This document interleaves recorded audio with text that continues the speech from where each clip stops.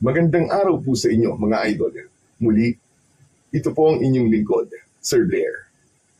Isa na naman pong kapanapanabik at makapanindig balahibong kwento ang inyong maririnig sa araw na to. Mula po sa isa nating masugid na taga-subaybay. Matuto po tayo sa kanyang nakakakilabot na karanasan. Ngunit bago po ang lahat, ang inyo pong like, comment at pag-share ay malaking tulong po para po sa aking channel. Kaya please, huwag po natin kalimutan. Simulan na po natin ang kwento. Hindi na bago sa buhay nating mga tao ang pagsubok. Ngunit sadyang may mga pagsubok na talagang magpapalugmok sa atin at nasa mga kamay natin kung tayo ba ay babangon o mas pipiliin nating wag nang tumayo. Ngunit para sa akin, ang pagsubok na dumating sa aking buhay ay naging dahilan para madiskubre ko ang natatago kong tapang. Wala akong kaalam-alam na nakatadhana pala kong sumunod sa yapak ng aking ama bilang isang antingero na manunugis. Magandang araw po sa inyo, Sir Blair. At pati na rin po sa inyong mga tagapakinig at mga subscriber ng The Voice Addict at mga kwento ni Apong Isaac. Inakala ko po noon na magiging normal at simple lamang ang buhay ko at ang aking ama. Pero nang dumating ang matinding panganib, hindi lang sa aming buhay, kundi maging sa mga taong nakapaligid sa amin, ay natuto kong tumindig at lumaban sa kasamaan. Itago niyo na lamang po ako sa pangalang Joel. At ito ang aking kwento. Tahimik at payapa kaming nabubuhay ng aking tatay na si Mario sa isang isla. Nakatira kami sa maliit na kubo na malapit sa dagat. Ang ikinabubuhay namin ay ang pag-angkat ng asin sa kabilang isla na siyang ibinibenta naman namin sa mga tao sa isla. Marami kasing mangingisda sa aming isla, kaya mabenta talaga roon ang asin dahil kailangan yon upang mapanatiling sariwa ang mga huli nilang isda. Madaling araw pa lang ay umaalis na kami sa bahay para kumuha ng asin para pagputok ng araw ay naroon na ulit kami sa aming isla. Marami na kaming mga suki kaya hindi na kami nahihirapang ipaubos ang aming mga tindang asin. Kung meron mang natitira ay iniimbak namin yon sa maliit na kubo na ginawa ni tatay para siyang maging imbakan ng aming asin. Isang hapon, nakaupo ako sa dalampasigan habang pinanonood ko ang unti-unting paglubog ng araw. Nagulat ako nang may biglang tumabi sa akin at paglingon ko ay nakita ko ang kaibigan ko na si Tonyo. Uy, Pards, nagsisenti ka na naman dito ha? Kanina pa kita hinahanap eh. Aayain sana kita na magpunta sa kabilang isla. Bakit naman? Ano bang meron sa kabilang isla? Hindi mo ba alam na piyesta ngayon doon? Merong sayawan syempre. Saka hindi mawawala ang inuman. May kilala ko ron na nag-imbita sa akin. Tonyo, di ako pwede. Maaga kaming kukuha ng asin ni tatay bukas ng madaling araw eh. Saka wala naman akong hilig sa mga ganyang kasiyahan. Kaya napaka-boring ng buhay mo eh. Pambihira ka, oo. Hindi ka marunong makialubilo sa mga tao. Hoy, ikaw alam mo Joel, kung hindi ka magbabago, ay paniguradong hindi ka na makapag-aasawa. Tatanda kang binata niyan. Dapat ay nagpupunta ka sa mga sayawang kahit papano. Kasi baka may makilala ka rong mga chika babes. O kita mo na, hindi ka talaga makikipiesta dun eh. Kundi maghahanap ka lang ng magiging kasintahan mo. Ano namang masama ron? Binata naman ako. Saka nasa hustong edad na rin. Wala namang masama, di ba? Kung maghahanap ako ng susutain. O ano, tara, sumama ka na. Baka makahanap ka ng mapapangasawa mo doon. Hanep pa. Kanina kasintahan lang, tapos biglang naging mapapangasawa na kagad. Ayoko sumama. Tsaka wala pa naman akong planong mag-asawa eh. Saka na mga ganyang-ganyang bagay kapag yumaman na kami ni tatay. Sus, kailan pa naman kaya mangyayari yun? Mas mabuti ngang mag-asawa ka na ngayon para makarami ka ng anak. May tsura ka pa naman, kaya dapat paramihin mo talaga ang lahi mo. Alam mo ikaw, Tonyo, hindi ko alam kung nag-iisip ka ba talaga eh. Ang tingin mo ba sa pag-aasawa ay para lamang magparami ng anak? Nagkakamali ka pare, hindi ganun yun. Yun naman talaga ang isa sa dahilan kung bakit kailangan natin mag-asawa, di ba? Para magkaroon ng mga anak. Sabi nga ni Jesus, di ba? Humayo kayo at magpakarami. Oo nga, pero ang gusto ko, kapag mag-aasawa at mag-aanak na ako, yung handa na ako. Yung may maayos na akong trabaho at alam ko na maibibigay ko ang pangangailangan ng asawa at mga anak ko. Aba, Chong, mahirap magpamilya ng mahirap ka. At hindi ka handa.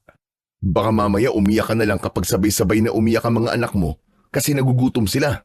Tapos sabayan pa ng pambubulyaw ng asawa mo kasi wala kang trabaho. Oh, sige nga, anong gagawin mo? Ayun, nasermonan pa nga ako ni Father Joel. Ang dami mo naman sinabi kagad. Inaaya lang naman kitang sumama sa akin sa sayawan sa kabilang isla. Ewan ko sa'yo. Sinabi ko lang naman din ang opinyon ko sa pinag-uusapan natin. Una.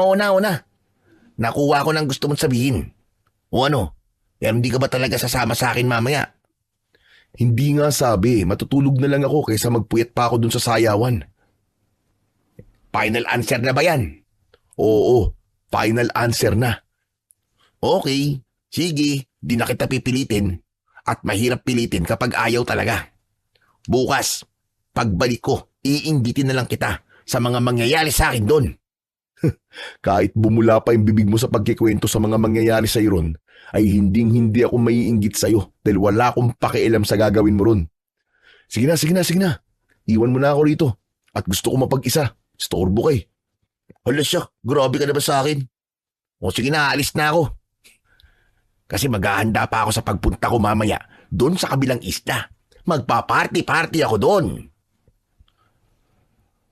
Nang muli ako mapag-isa, ay pinanood ko ulit ang paglubog ng araw. Bahagya nang kumalat ang dilim sa paligid, kaya naisipan ko nang umuwi. Sinadya kong bagalan ang paglalakad dahil ninanamnam ko ang malamig na hangin. Hindi nagtagal ay nakarating na ako sa aming bahay. Naabutan ko ang tatay ko na naghahain na ng hapunan. O anak, mabuti naman at nakauwi ka na. Tamang-tama kasi kakain na tayo. Kakain na po? Ang aga niyo naman po nagluto, tay. Kanina pa kasi ako nagugutom eh. Kaya ilagahan ko na magluto. Ayos pritong galunggong at munggo ang ulam. Nako, tiyak, mapaparami ang kain ko nito. Kasi paborito ko po ang mga yan eh. O siya, umupo ka na rito para makakain na tayo. Ay teka, magugas ka pala muna ng kamay mo.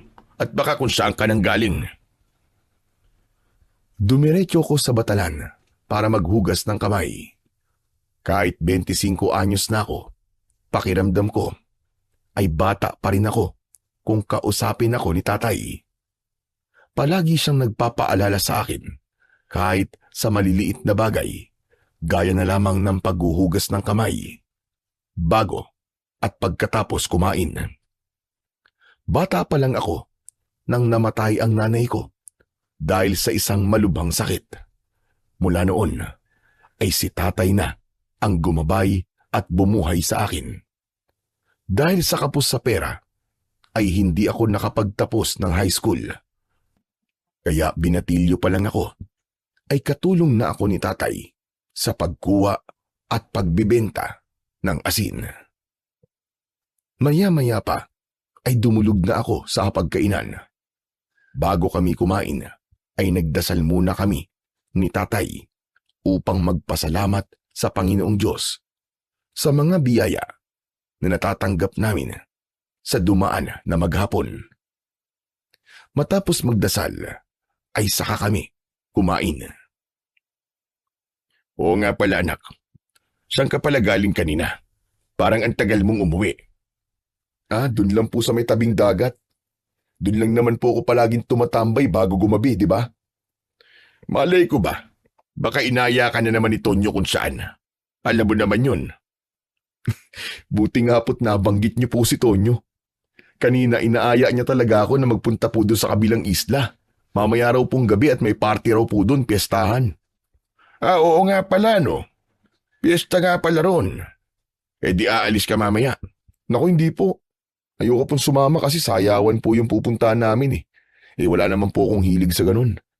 Saka may trabaho pa po tayo mamayang madaling araw, di ba? Kung sasama po ko kay Tonyo, malamang madaling araw na po. Hindi pa kami nakakauwi. Baka mamaya hindi ko na po kayo matulungan. Bakit hindi ka na lamang sumama kay Tonyo, anak? Alam mo, Joel, nasa edad ka na kung saan dapat ay ginagawa mo ang mga normal na ginagawa ng mga binata. Walang masama na maglibang at magsaya ka. Kahit paminsan-minsan, kung alam mo naman ang limitasyon mo at kung hindi mo naman yun ginagawa ng araw-araw. Napapansin ko kasi na puro ka na lamang trabaho, trabaho, trabaho. Dapat ay maging masaya ka rin sa pagiging binata mo. Dahil pagdating ng araw, ay ikikwento mo sa mga anak mo ang naging mga karanasan mo. Tsaka anak, minsan lang tayo maging binata. Pero ikaw, Tay, bakit di niyo po kinikwento sa akin yung mga nangyari sa inyo nung binata pa po kayo? Paano? Wala naman akong masayang karanasan nung nasa ganyang edad mo ko. Bata pa lang ako ay nagbabanat na ako ng buto. Kaya nang nagpakasal kami ng nanay mo at ipinanganak ka, doon ko naisip ang mga bagay na hindi ko nagawa dahil masyado ako naging subsob sa pagtatrabaho. Kaya ayoko maranasan mo yun, anak. Kaya hinihimo kita paminsan-minsan na sumama ka kay Tonyo para magsaya at makaranas ng mga bagay na bihira mong maranasan. Huwag ka nang gumaya sa akin na dahil sa pagtatrabaho at pagiging tagapagtanggol, ay hindi ko na nagawa ang mga bagay na ginagawa ng isang normal na binata. Ano po, Tay? Teka. Parang narinig ko po tagapagtanggol. Ano pong ibig sabihin? Paano po kayo naging tagapagtanggol? Anong tagapagtanggol? May sinabi ba akong ganon? Meron po. Kasasabi niyo lang po eh. Hindi po ako bingi, Tay. Sinabi niyo po na naging tagapagtanggol kayo dati. Paano po yun nangyari? Teka, isa po ba kayong superhero? Meron po ba kayong kapangyarihan? Nakakalipad po ba kayo? O nagagawa niyo po bang maglaho? Ano pong kapangyarihan niyo? Napakarami mo namang kagad na sabi. Wala sa mga nabanggit mo ang kaya kong gawin noon. Pero sige, totally, parte na rin yun ang nakaraan ko. At matagal na akong tumigil sa dati kong ginagawa. Ay sasabihin ko na sa'yo ang isa sa mga ginagawa ko nung binata pa ako. Noon kasi, ay isa kong antingerong manunugis. Siguro wala kang idea kung ano yun. Wala nga po. Ano po ba yun? Isa akong antingero. Ibig sabihin, ay meron akong karunungan sa paggamit ng mga anting-anting. Kagaya na lang nitong suot kong medalyon. Isa itong uri ng anting-anting. Talaga po, Tay? Ang akala ko po isa lamang po yung normal na kwintas eh. Pero kung anting-anting po yan, ibig sabihin po meron po yung kapangyarihan. Ano pong kapangyarihan yan, Tay? Kaya nitong sabihin sa akin kung merong aswang sa malapit o sa paligid. Mararamdaman ko yun. Kaya lang, walang kwentang kapangyarihan ito sa ngayon dahil walang aswang dito sa isla. Isinusuot ko lamang ito dahil bigay pa ito sa akin ng lolo ko na siyang nagturo sa akin para maging isang antingero at manunugis. Yung manunugis naman po, ano po ba yun, Tay? Yun naman ay yung taong may kaalaman at kakayahan na makipaglaban sa mga aswang. Sa madaling salita, dati akong gumagamit ng anting-anting sa pakikipaglaban sa mga aswang. Alam mo kasi anak, doon sa baryo kung saan ako lumaki, ay talamak ang pag-atake ng mga aswang. At ako at ang lolo mo ang inaasahan ng mga tao sa pagtatanggol sa kanila mula sa mga pesting aswang na yon. Grabe ka pala, Tay. Hindi ko akalain na dati ka palang nakikipaglaban sa mga aswang. Pero, yung suit nyo lang po ba na anting-anting ang meron po kayo? Meron pa akong isa. At yun ang talagang ginagamit ko sa pakikipaglaban sa mga aswang. Dahil kapag suot-suot ko yun, ay nagkakaroon ako ng kakaibang bilis at lakas. Ngunit sa pakikipaglaban lang sa aswang gumagana ang kapangyarihan nun, dahil nilikha yun para labanan talaga ang mga aswang. Tay, nasa na po yung anting-anting na yun? Pwede ko po ba makita? Wala na yun sa akin. Bago kasi ako umalis sa aming baryo, ay ibinigay ko yun sa isang karapat-dapat na tao. Nakita ko kasi sa kanya ang tapang at balasakit niya sa kapwa. Kaya para merong maging bagong tagapangalaga ang anting-anting na yun, ay ibinigay ko na lang sa kanya. Nang panahon kasi na yun, ay nagkakilala na kami ng nanay mo at mas pinili ko na lang na mabuhay ng tahimik at walang mabigat na tungkulin na kailangan kong pasanin. Tapos, lumipat na kami ng nanay mo rito sa islang ito. Doon na nagtapos ang aking pagiging antigero. Grabe, Tay. Hindi po talaga ako makapaniwala sa mga sinabi niyo sa akin ngayon. Ngayon niyo lang po kasi ito naikwento sa akin, di ba? Kaya nga sinasabi ko sa iyo na dapat ay ini-enjoy mo paminsan-minsan ang pagiging binata mo para hindi ka ba tulad sa akin na kung kailan matanda na ay saka nagsisisi kasi napakaraming bagay ang hindi ko nagawa nung kasing edad mo ko. Magsasalita pa sana ako nang narinig ko ang pagtawag ni Tonyo sa pangalan ko mula sa labas ng bahay. Tumayo ako at pinuntahan ko si Tonyo. Muntik na akong matawa sa bihis niya.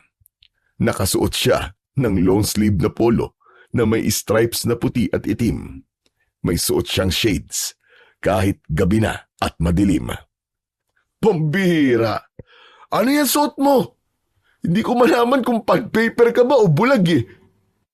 Hoy, tumigil ka. Hindi mo talaga alam ang mga uso ngayon, no? Ito ang pormahan na napapalingon ng mga babae. Dapat kasi sumusunod ka sa uso. Palibhasa, wala kang alam eh. Kung ganyan ang uso, kahit hindi na ako makasunod sa uso. Ano nga palang ginagawa mo rito? Sinusundo kita. Tara na kasi. Sumama ka na sa akin doon sa kabilang isla. Anak nang, bakit ba ang kulit mo? Di ba sabi ko sa'yo kanina ayoko nga sumama, ayoko. Nagulat na lang ako nang tumabi si tatay sa akin at inakbayan niya ako. Sige Tonyo, sasama siya sa'yo. Hintayin mo na lang siya at kumakain pa siya. Ay, ayoko po. Mas gusto ko pong matulog na lang kaysa sumama kay Tonyo sa kabilang isla. Sige na Joel, sumama ka na. Sigurado ako na magiging masaya ka ron anak. Kahit ngayon lang, kung hindi mo magugustuhan ng mga ganong kasiyahan, ay huwag mo nang ulitin sa susunod. Pero tay, ayoko po talaga sumami. Pagbigyan mo na ako ngayon anak.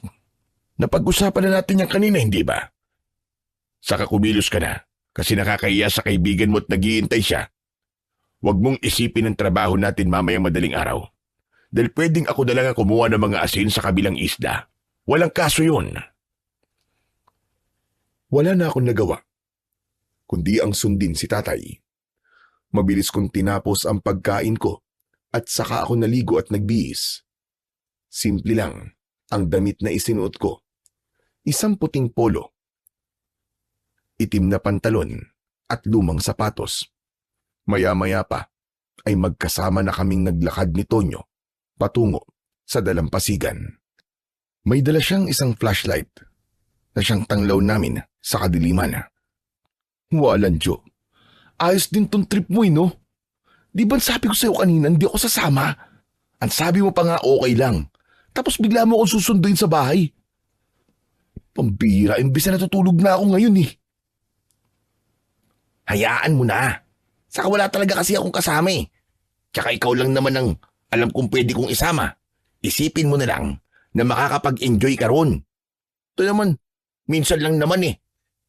Paano ako mag-i-enjoy kung hindi ko nga gustong pumunta sa mga ganong ganap? Nasasabi mo yan kasi hindi mo pa nararanasang magpunta sa sayawan. Pero tignan mo mamaya kapag nandun ka na. Sigurado ako na babawiin mo yung mga sinasabi mo. Ewan ko sa'yo. Huwag mo na itong uulitin sa susunod ha. Sumama lang ako sa'yo kasi gusto kong pagbigyan si tatay. Ay oo nga pala. Kaninong bangka ba ang sasakyan natin? Yung kay Mang Abel, inarkila ko yun at nabayaran ko na rin siya. Yun oh, yun. Yun yung bangka ni Mang Abel. Dali!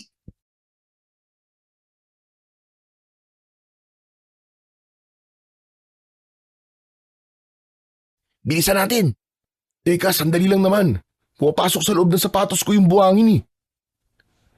Hindi nagtagal ay sakay na kami ni Tonyo ng bangka. Mabuti na lamang dahil di motor ang bangka at hindi na namin kailangan magsagwan. Ilang minuto lang ay dumaong na kami sa isang isla. Ibang isla pa yun sa kinukunan namin ng asin ni tatay.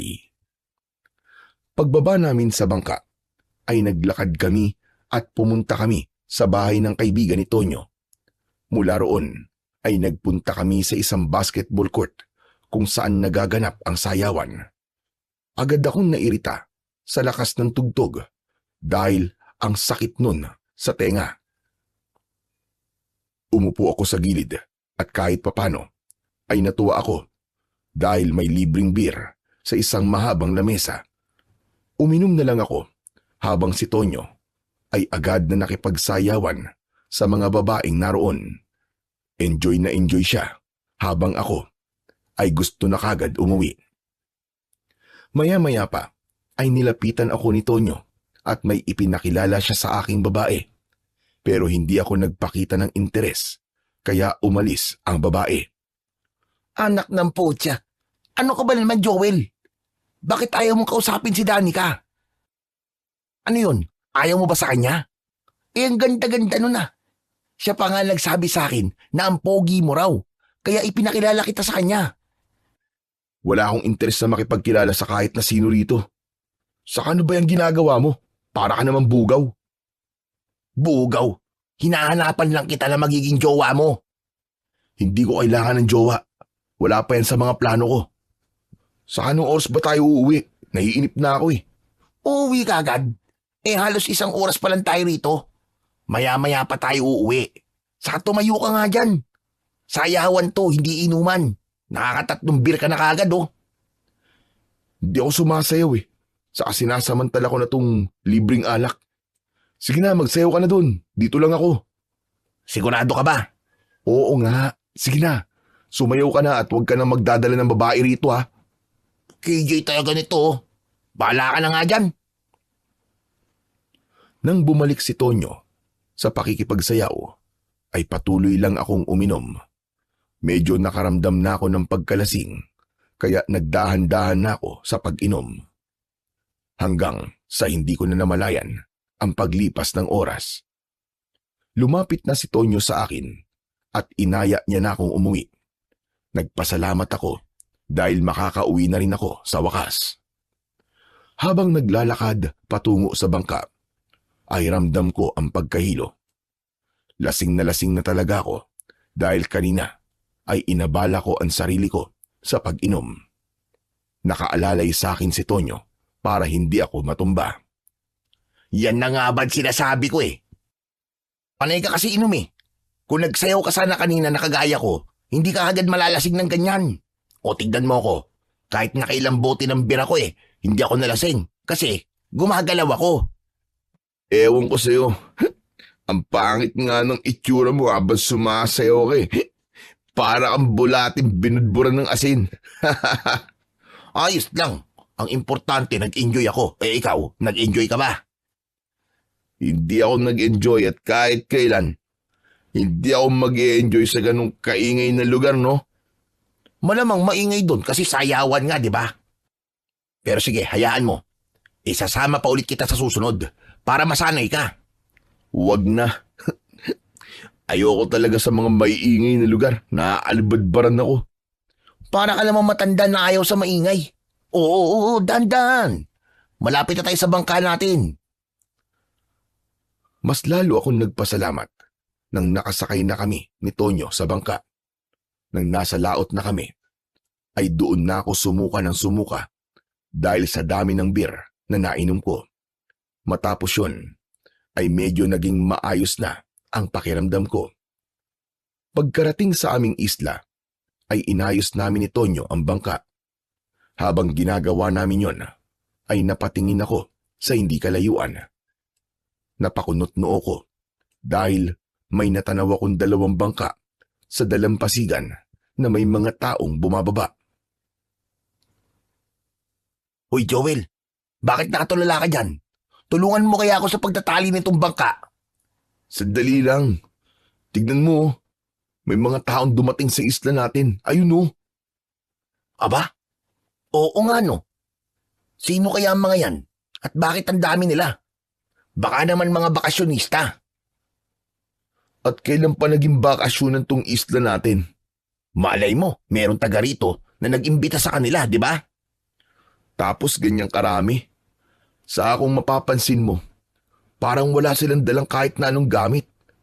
Kaya imposibleng bakasyonista sila. Alam mo, huwag ka lang makialam sa buhay nila. Pabayaan mo sila. Kung wala o meron silang dalang gamit, tulungan mo na lang ako rito at nahihirapan na ako. Hindi ko maintindihan kung bakit tila may kaba akong nararamdaman habang nakatingin ako sa mga taong bagong dating sa aming isla. Kinilabutan ako nang sabay-sabay silang tumingin sa akin na para bang nararamdaman nila na nakatingin ako sa kanila. Agad kong inalis ang tingin ko sa mga tao at inabala ko ang sarili ko sa pagtulong kay Tonyo sa pagtali sa bangka. Nang muli akong tumingin sa mga tao, ay wala na silang lahat at ang tanging naroroon ay ang 2 bangka na sinakyan nila. Tonyo, tignan mo, wala na yung mga tao. Saan sila nagpunta? Aba malay ko.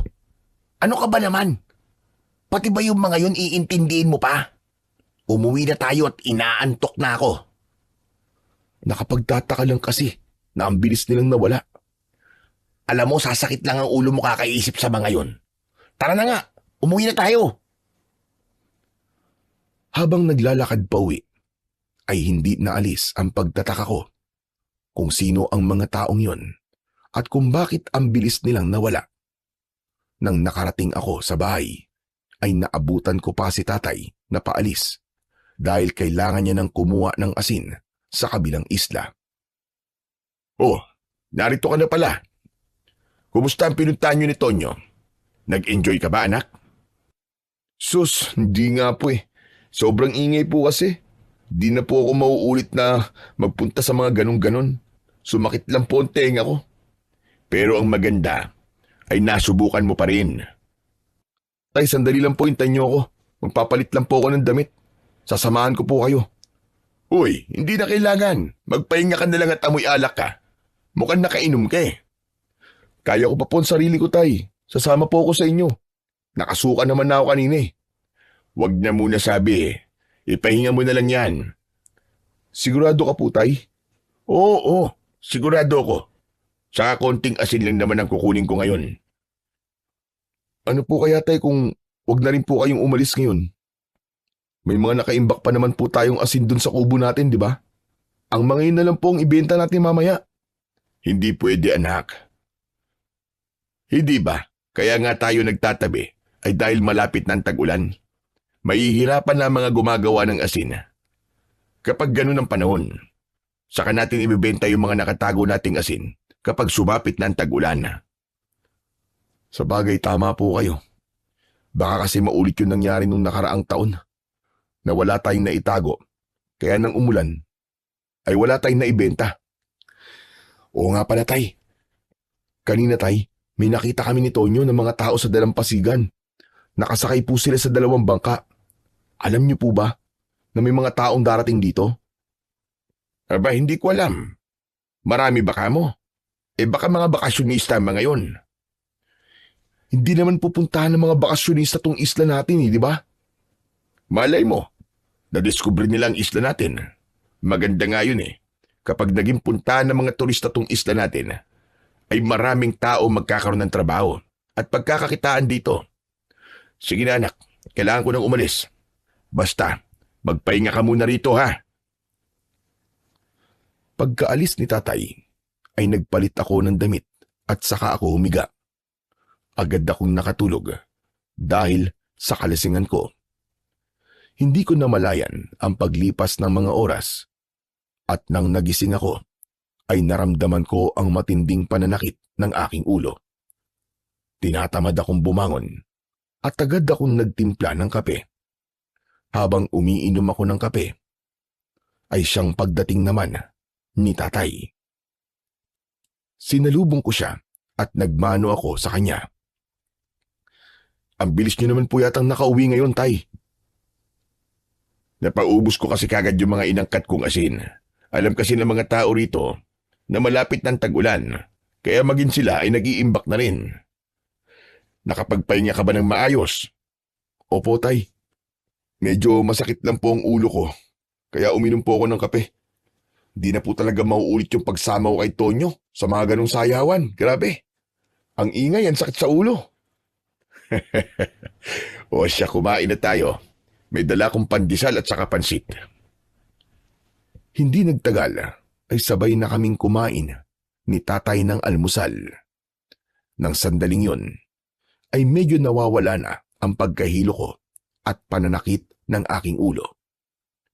Oo nga pala, hindi ba kanina ay nabanggit mo na may 2 bangka na dumating dito sa isla natin na may nakasakay ng mga tao?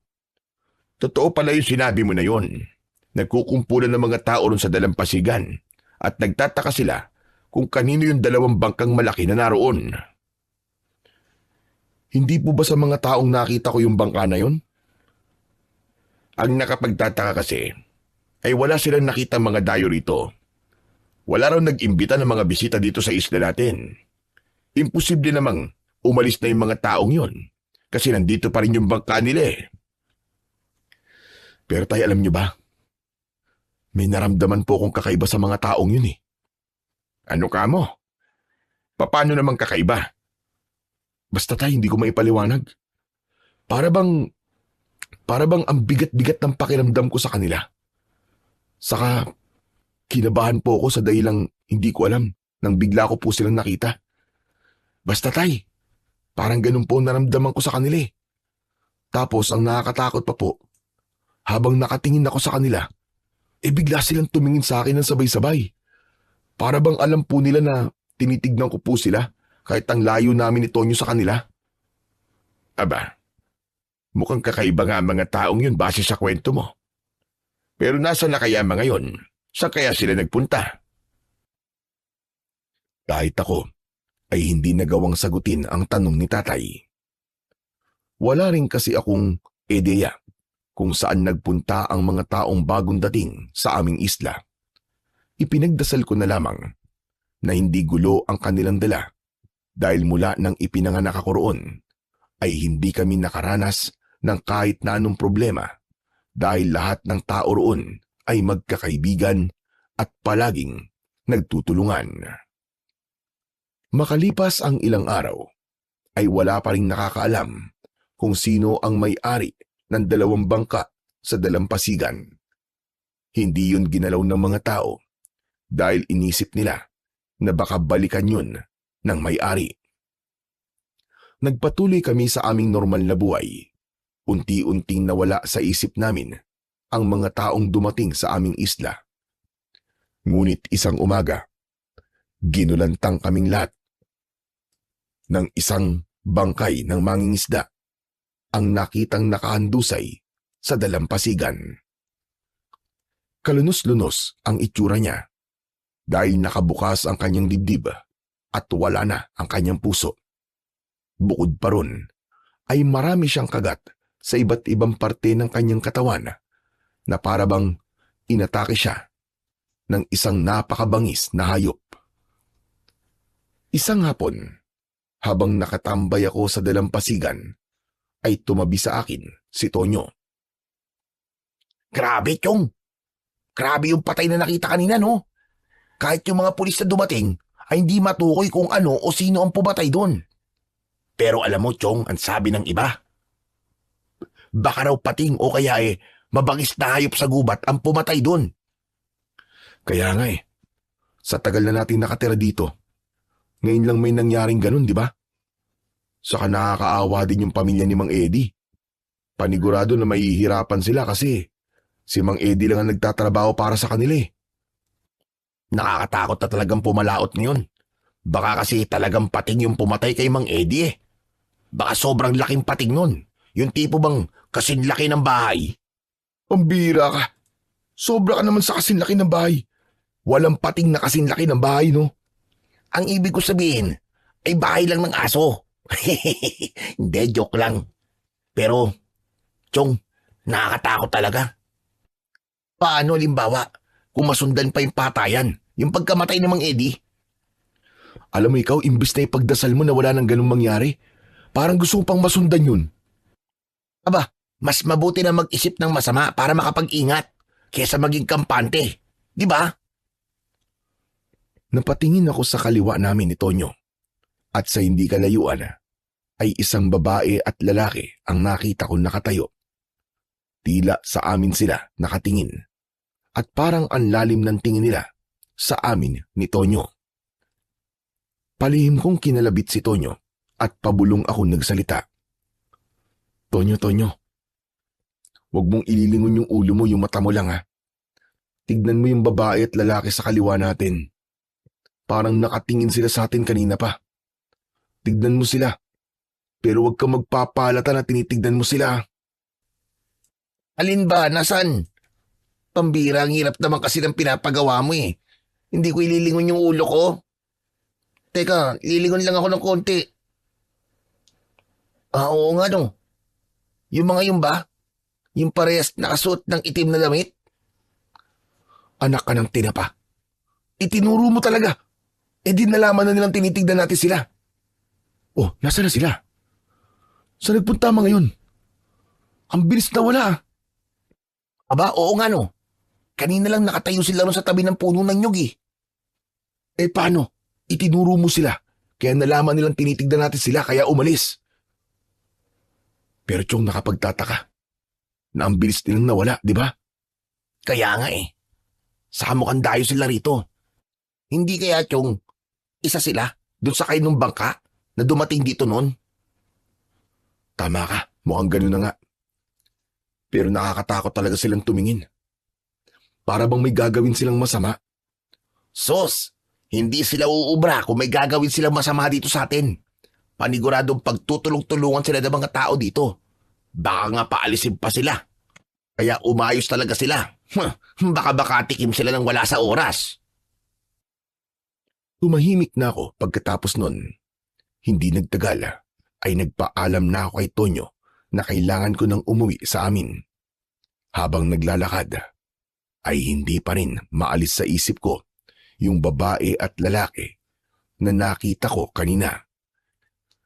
Pagdating ko sa bahay ay nagtaka ko dahil nakita ko si tatay na nagsasaboy ng asin sa paligid ng aming bahay. Tay, ano pong ginagawa nyo? Bakit nagsasayang po kayo ng asin? Akala ko po ba'y dapat tayong magtipid sa asin dahil paparating na po ang tag-ulan? Bakit sinasayang nyo yan? Kailangan nating gawin to dahil nararamdaman ko na may mga aswang dito sa isla natin.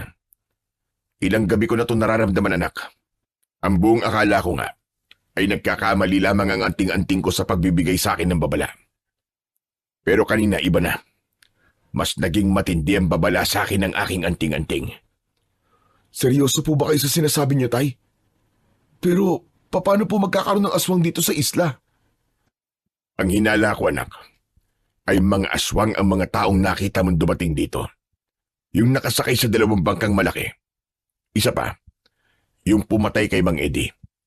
Sigurado ko na aswang ang may gawa nun. Ilang beses na ako nakakita ng biktima ng aswang, anak. Kaya sigurado ko sa bagay na yun. Diyos ko, Ngayon po'y naiintindihan ko na kung bakit ang bigat ng pakiramdam ko sa mga taong dumating dito. Kaya pala, kasi mga aswang sila. Pero tay, ano pong connect ng mga asin na yan sa mga aswang? Alam mo anak, ang asin na magiging pansamantalang proteksyon natin sa mga aswang. Takot sila rito. At kapag isinaboy natin ito sa paligid ng ating bahay, ay hindi sila basta-basta makakalapit sa bahay natin. Ngunit gaya ng sinabi ko, ay pansamantala lamang ang proteksyon na kaya nitong ibigay sa atin. Pero mas mabuti nang gawin natin to, kesa naman wala tayong gawin. Pero tay, paano po ang ibang tao dito sa isla? Karamihan po dito ay walang maraming asin, nakagaya po natin. Sa ngayon, unahin na muna natin ang ating sarili. Mamayang madaling araw ay mag-aangkat tayo ng mas maraming asin at ipapamahagi natin ang iba sa mga tao upang meron silang magagamit na proteksyon sa kanilang mga bahay. Tinulungan ko si tatay sa pagsasaboy ng asin sa paligid ng aming bahay. Naglagay din kami sa tabi ng bintana at sa ibaba ng pintuan. Nang sandaling yun, ay nilukob ako ng takot. Sigurado kasi ako na hindi magiging maganda ang mga susunod na araw naming lahat sa aming isla. Matapos naming magsaboy ng asin sa paligid ng aming bahay, ay hinasa naman ni tatay ang aming 2 itak. Aniya, ay hindi kami pwedeng umasa lamang sa asin dahil wala kaming ideya sa kung ano ang kayang gawin ng mga aswang na dumating sa isla. Ayon kay tatay, ay dapat meron din kaming sandata na maaari naming magamit kapag kinakailangan. Ay, ang dami niyo po talagang alam pagdating po sa pakikipaglaban sa mga aswang, no? Ngayon tay, naniniwala na po talaga ako na dati po kayong antingero at manunugis ng mga... Baswerte tayo dahil may kaalaman ako pagdating sa ganyang bagay. Sayang nga lang at wala na sa akin ang anting-anting na siyang ginagamit ko noon sa pakikipaglaban ko sa mga aswang. Kung hawak ko lang yon, hindi ako kakabahan ngayon. Sana po pala tinago niyo na lang yun at hindi niyo na lang po ipinamigay. Wala akong pagsisisi na ibinigay ko ang anting-anting na yon dahil alam ko na sa tamang tao ko yun ibinigay. At sigurado ako na ginamit yun sa tama ng taong pinagbigyan ko. Pero tay, ibig po bang sabihin babalik na po kayo sa pakikipaglaban sa mga aswang? Magiging antingerong manunugis na po kayo uli? Sa ngayon hindi ko pa alam. Ang gusto ko lang masiguro anak, ay ang kaligtasan natin dalawa. Kaya dapat ay lakasan mo ang loob mo. Kung kinakailangan na patayin mo ang isang aswang ay gawin mo, lalo na kung nanganganib ang buhay mo. Huwag kang magpapakita ng takot sa harapan niya. Tay, hindi po ako sigurado kung kaya ko pong gawin ang ginagawa niyo noon. Sa totoo lang po tay, talaga pong natatakot ako ngayon pa lang. Ang takot ang magiging pinakamatindi mong kalaban, anak. Kailangan mong labanan ang takot mo. Dahil sa oras na magpalamon ka dyan, ay yan ang magiging dahilan ng iyong pagkatalo o kaya naman ay kamatayan. Tandaan mo na mas lalong lumalakas sa mga aswang kapag alam nilang natatakot ka sa kanila. Pinanood ko na lamang ang ginagawa ni tatay. Mas lalong lumakas ang kaba ko sa maaaring mangyari. Pagkatapos hasain ni tatay ang mga itak, ay nagsarado na kami ng bintana at pinto. Tahimik kaming kumain ng hapunan at parehas naming pinapakiramdaman ang buong paligid. Pagsapit ng madaling araw, ay nagtungo kami ni tatay sa kabilang isla upang mag-angkat ng maraming asin. Sa pagkakataong yun, ay halos tinripli namin ang asin na aming inaangkat. Pero ilang sako lamang ang aming dinala dahil hindi pwedeng punuin ng napakaraming sako ng asin ang bangka dahil baka lumubog yun. Pagdating namin sa aming isla, ay ibinenta namin ang ilang sako. 2 sako ang itinira namin para sa aming sarili. Sinabihan din ni tatay ang mga tao na magtabi ng asin dahil may mga aswang na nga sa aming isla. Ngunit nalungkot ako dahil tila walang naniwala kay tatay at ipinagkibit-balikat lamang ng ilan ang kanyang babala. Inuwi namin ang 2 sako ng asin at itinago yon sa aming imbakan. Nagpaalam si tatay sa akin na kukuha ng panggatong sa gubat. Nang mag-isa na ako sa bahay, ay dumating bigla si Tonyo at napansin ko na tila ba nababahala siya. Chong, totoo ba yung narinig kong sinasabi ng mga tao? Ang sabi raw ng tatay mo ay may aswang na raw dito sa isla. At yung mga taong sakay ng 2 bangkang malalaki, ang mga aswang, totoo ba yun? Oo, Tonyo, totoo yun. At alam mo ba, yung pumatay kay Mang Eddie, mga aswang yun. Kaya dapat ay mag-iingat ka. Ewan ko ba sa mga tao rito? Parang ayaw nilang maniwala sa babala ni tatay sa kanila. Bahala sila pag napahamak talaga sila. Pero ako, Chong, naniniwala ako. Kilala ko ang tatay mo eh. Hindi siya sinungaling na tao.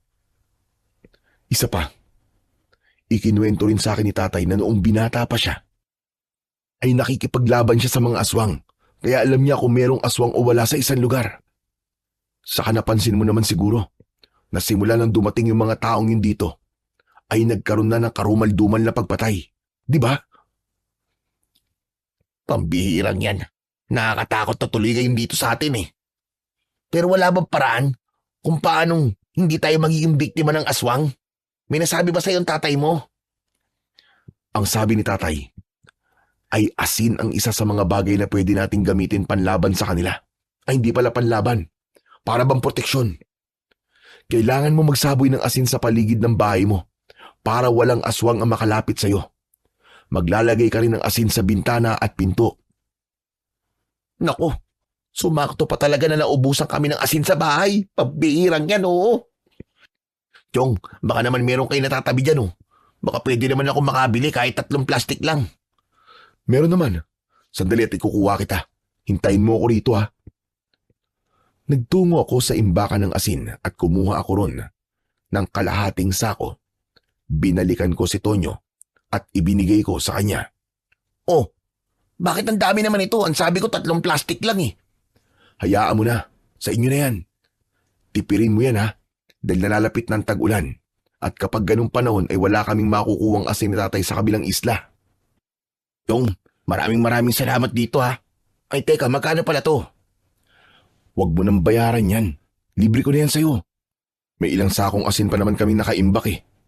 Sigurado ka ba, Chong? Pero negosyo nyo to, di ba? Kaya kailangan ko magbayad. Huwag na nga sabi. Kapag ipinilit mo pang bayaran yan sa akin, babawiin ko na yan sa'yo. Sige ka. Ito naman, masyadong mainitin ang ulo mo. Oo na, hindi ko nababayaran. Maraming salamat talaga, Joel ha. Walang anuman, Chong. O sige na, umuwi ka na sa inyo. At sabihan mo ang nanay at tatay mo tungkol sa aswang. Mag-iingat kayo ha.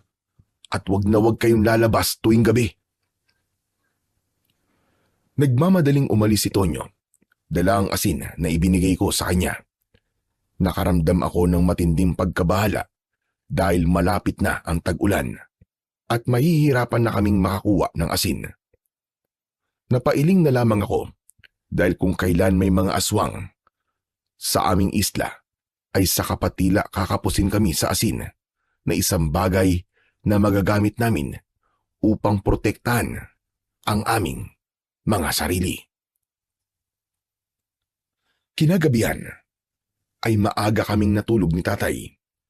Habang mahimbing akong natutulog, ay wala akong kamalay-malay na lumabas pala si tatay upang manugis ng mga aswang.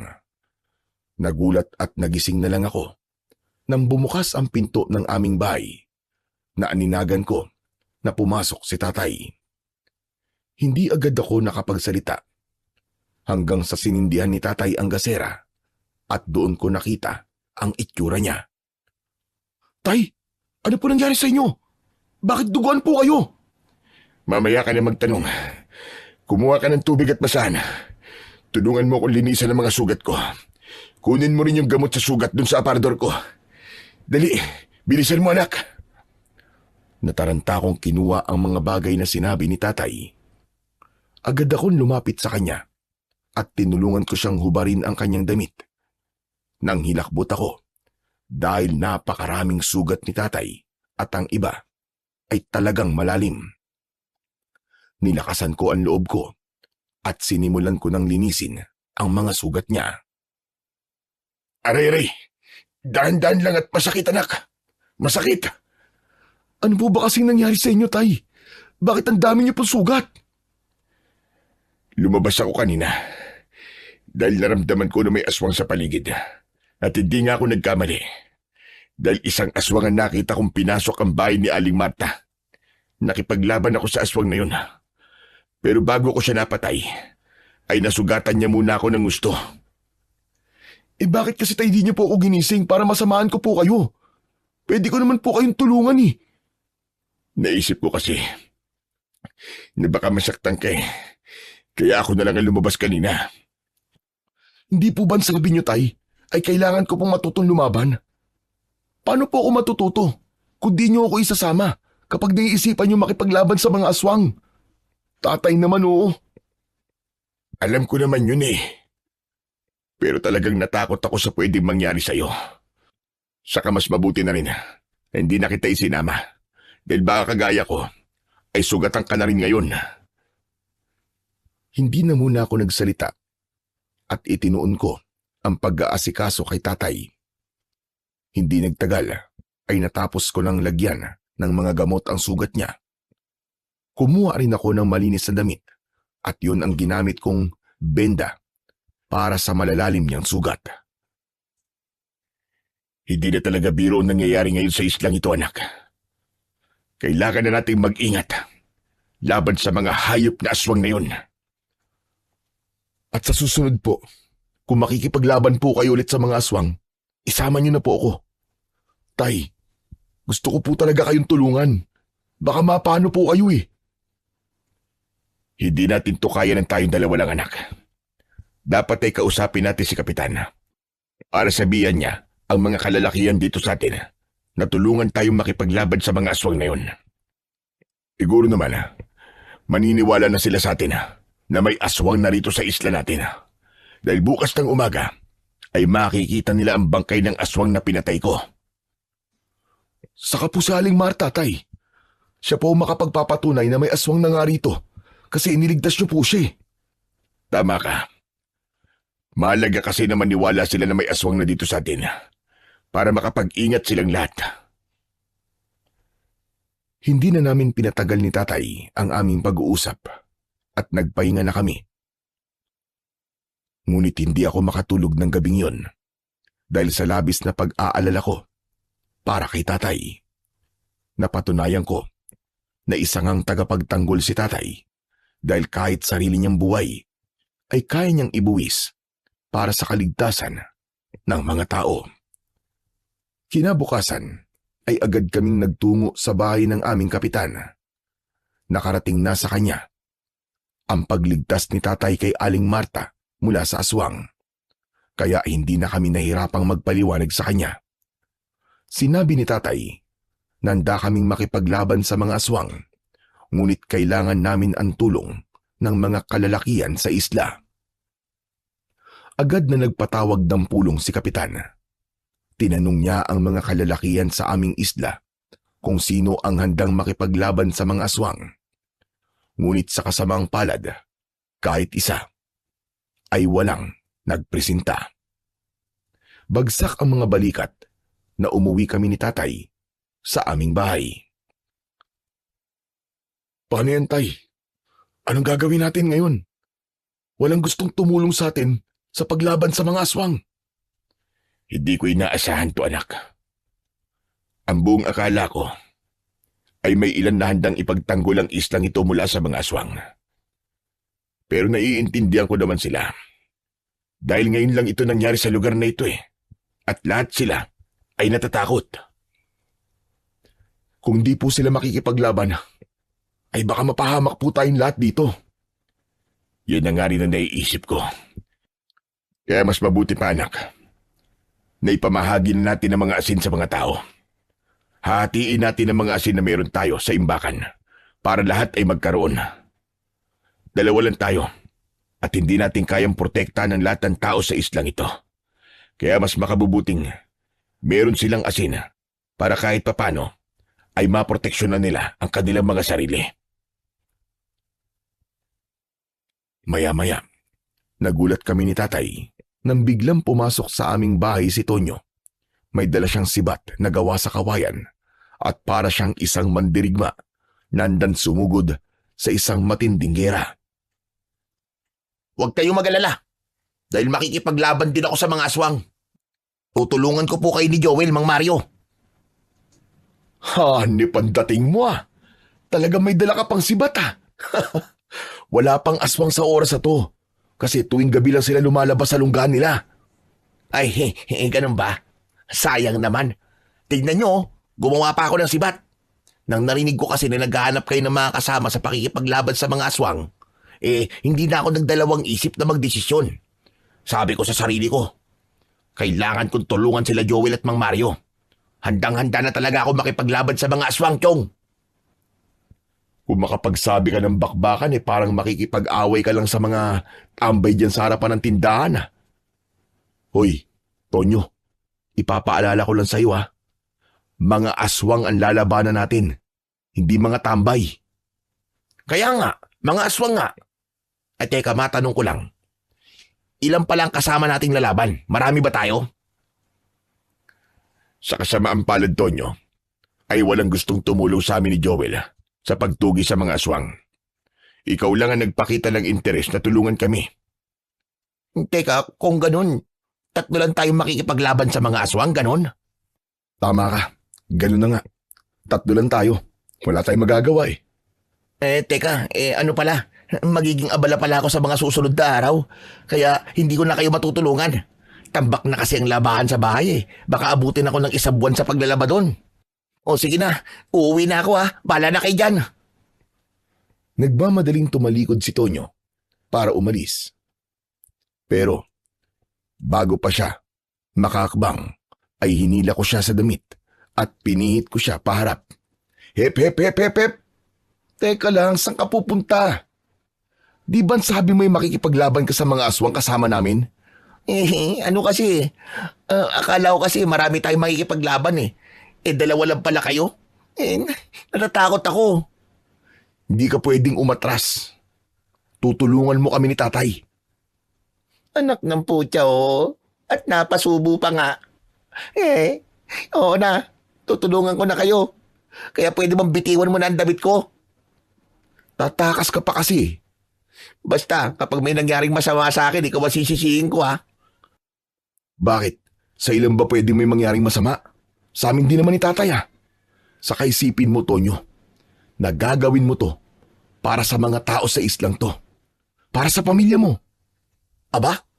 Oo nga no.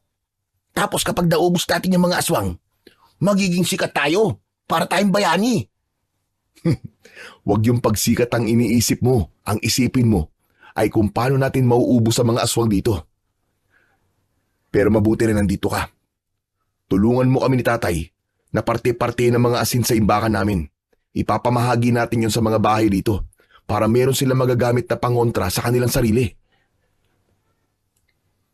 Agad kaming kumilos 3 para pagparte-partiin ang mga asin na meron kami sa tambakan. Inilagay namin yon sa mga plastik at siniguro namin na pantay-pantay ang makukuwang asin ng bawat bahay. Hindi nagtagal ay tulak na namin ang isang kariton na puno ng mga asin na nakalagay sa plastik. Nagbahay-bahay kami at ipinamahagi namin yon. Sinabi rin namin na isaboy nila ang asin sa paligid ng kanilang bahay dahil yon ang magsisilbing proteksyon nila sa mga aswang. Natuwa naman kami dahil ng mga pagkakataong yun ay naniwala na sa amin ang mga taong nakausap namin. Malaking bagay yun dahil mag-iingat na ang mga tao mula sa mga aswang. Pagkatapos naming mamahagi ng mga asin, ay umuwi na kami sa bahay. Kasama pa rin namin si Tonyo dahil habang pauwi kami, ay bumili kami ng banana Q na siyang merienda namin. Sana, mamahagi ulit tayo ng asin sa mga susunod na araw para meron akong libreng merienda. Ayos na ayos. Isa pa nga yan sa problema natin. 2 sako na lamang ng asin na meron tayo at wala akong ideya kung makakakuha pa ba tayo ng maraming asin sa kabilang isla dahil nagsimula ng tag-ulan. Malay naman po natin, Tay, di ba? Baka marami pang naitagong asin yung pinagkukunan natin. Agahan na lang po natin ang pagpunta mamayang madaling araw.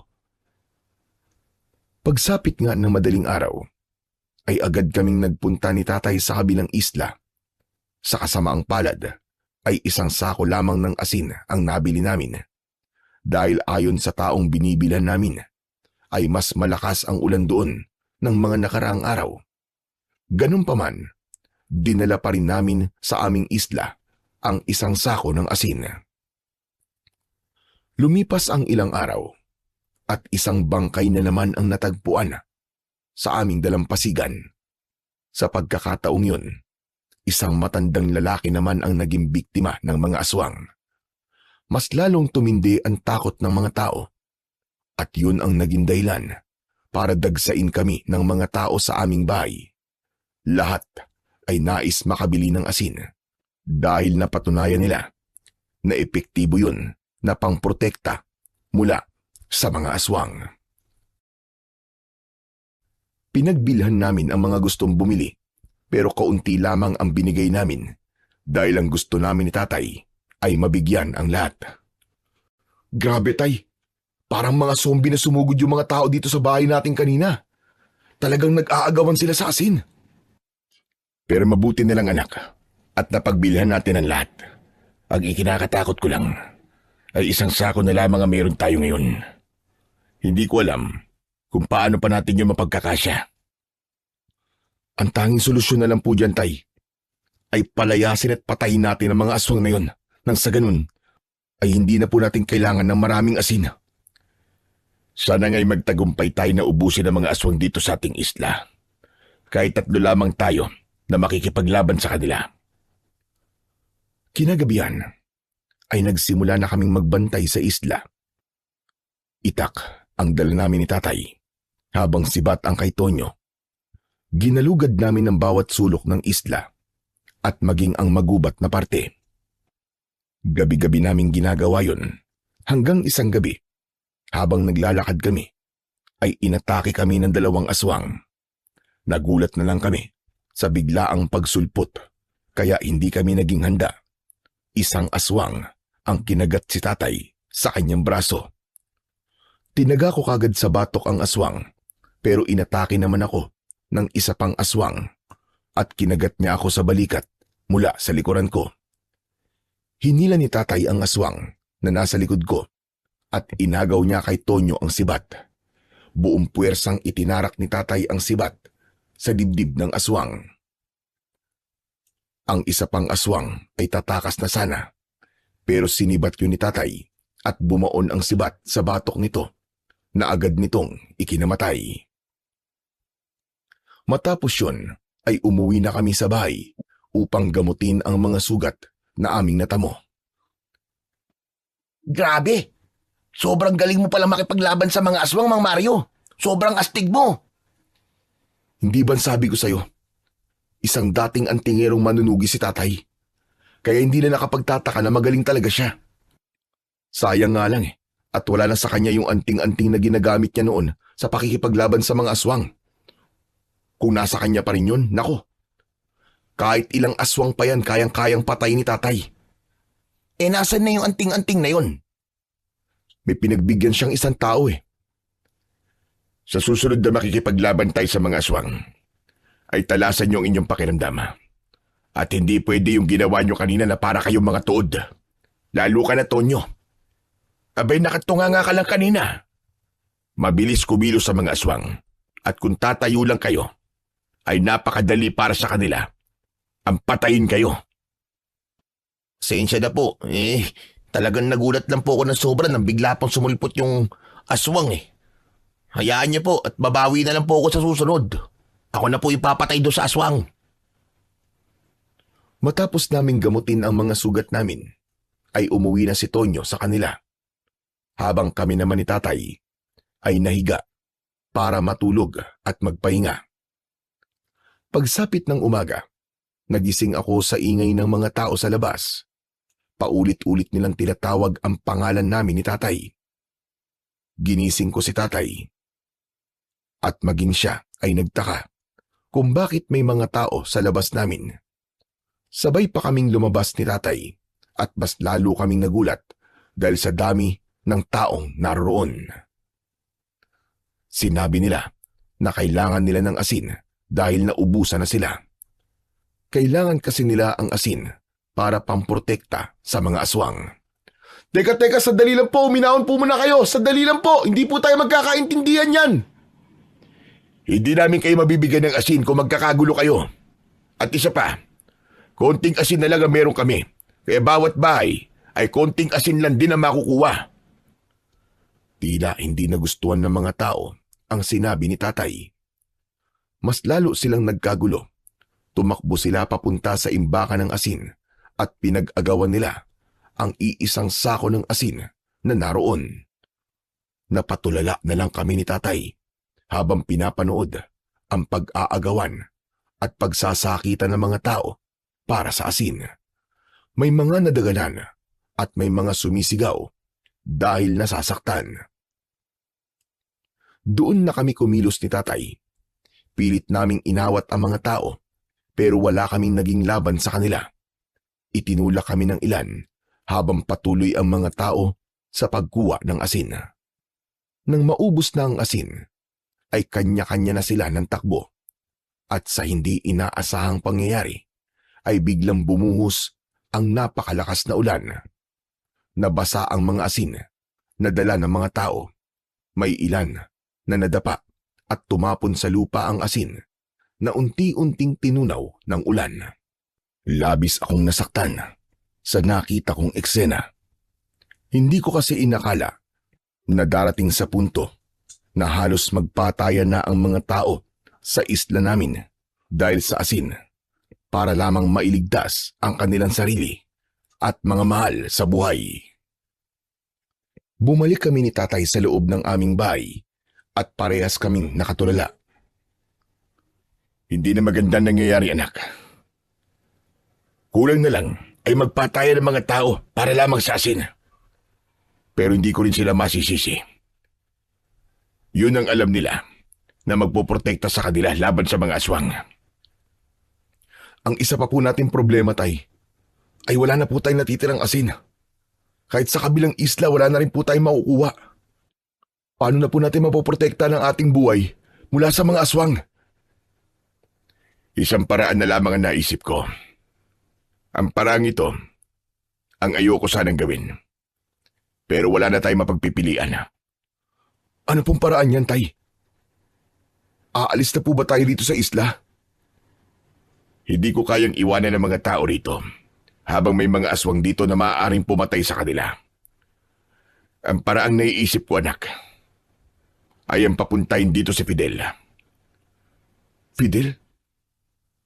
Teka, sino pong Fidel? Siya ang taong sinabi ko sa'yo na pinagbigyan ko ng anting-anting na ginamit ko doon sa pakikipaglaban sa mga aswang. Siya lamang ang makakatulong sa atin sa pagkakataong ito dahil sigurado ko na kaya niyang ubusin ang mga aswang na nandito sa isla. At ang gusto ko ay ikaw ang sumundo sa kanya, anak. Ako po?